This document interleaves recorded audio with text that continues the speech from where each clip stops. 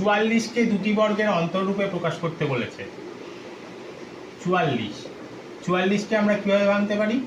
দুটোভাবেও কয়েক রকমভাবে ভাঙতে পারি। তার মধ্যে যদি 11 গুণ 4 এইভাবে ভাঙি তাহলে এই কোন ফর্মুলায় আমরা যাব?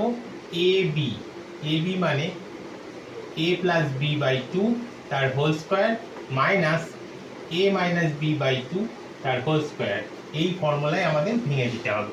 তাহলে এটাকে কীভাবে ভাঙতে পারি?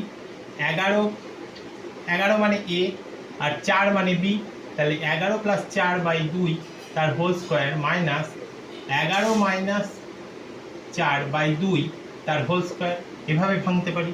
এটা একটা গেল। আবার 44কে আমরা ভাঙতে পারি কীরকমভাবে? 22 গুণ 2 হলে তাকে 22 প্লাস 2 বাই 2 তার whole square minus 22 minus 2 by 2 তার হোল স্কোয়ার, এভাবেও ভাঙতে পারি।